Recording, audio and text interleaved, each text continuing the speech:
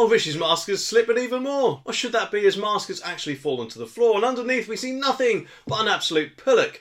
If this article is anything to go by, because it says they actually thought, and presumably thought it would be a good idea, to keep migrants in hotels, rather than, of course, build large-scale camps. And apparently leaked documents from 2022 show that officials were complaining that he was refusing to fund as Chancellor Greek-style asylum centres and insisted, apparently, that hotels are cheaper. I mean, what sort of planet is he on? I mean, yes, okay, admittedly, it might have cost a bit to get those large-scale camps off the ground, because obviously they've got to buy the tents and equipment and all things like that, but at the end of the day, once they've got all that stuff, then they don't need to continue paying it, do they? And also, yeah, I don't know about you, but I think that would send a much better message that you'd be staying in a camp if you come over here, rather than you'd be staying in a nice cushy 4-star hotel, which obviously the expenses will just continue to mount up as time goes on, won't it? Especially if more and more people come over here thinking that that is what they're going to be staying in. And of course, that is probably why they're complaining about staying in the barge as it is, because that was not what was seen to be offered, was it? But at the end of the day, he was Chancellor then, so surely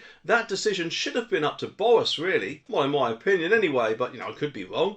And so the bombshell. The papers risk a fresh row for Mr Sunak as the bill for housing small boat survivals in hotels has since spiralled to £8 million per day. Well, Rishi, to be honest, £8 million a day compared to building a food campsites, eh? Oh, I don't know which one could be cheaper. Maybe, just maybe, you weren't exactly the right person for Chancellor to begin with, were you? And it goes on further from there and says that we can disclose that A's implored the then PM Boris Johnson to overrule his Chancellor and demand that he provide money for large-scale accommodation.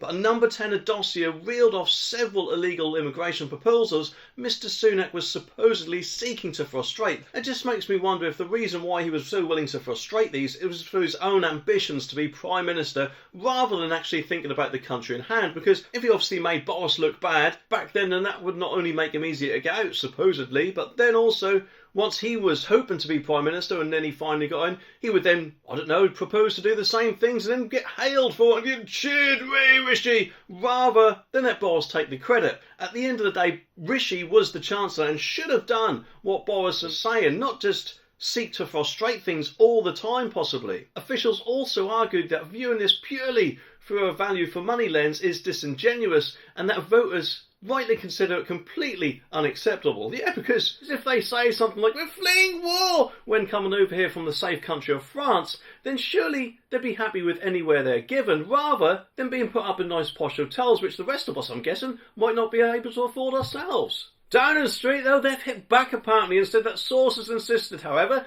that Mr Sunak was merely concerned about the value of money and the document was an unfair representation of his views. Well, I guess we'll have to make our own minds up about that one, eh? But something tells me I was right a little bit earlier on when I said he wanted to take the credit for himself when becoming Prime Minister, because it says that since becoming PM, Mr Sunak has branded migrant hotels a farce. Well, to be honest, Rishi, I'm sure that you were probably told that when you were Chancellor, but then again I could be wrong, and has begun the process of winding them down. And Rishi has also apparently denied separate reports accusing him of resisting the Rwanda plan and insisted it was his job as Chancellor to weigh up the cost to the taxpayers. In my opinion, though, the Rwanda plan really does need toughening up, because as we're still a member at the moment of the ECHR, then I'm betting they can still find ways around it. Because it was recently apparently revealed that migrants can apparently argue their cases individually and then hope to overturn any deportations or whatever else. So Jacob Rees-Mogg also today said that the current bill will not stop its boats in the current form. He said that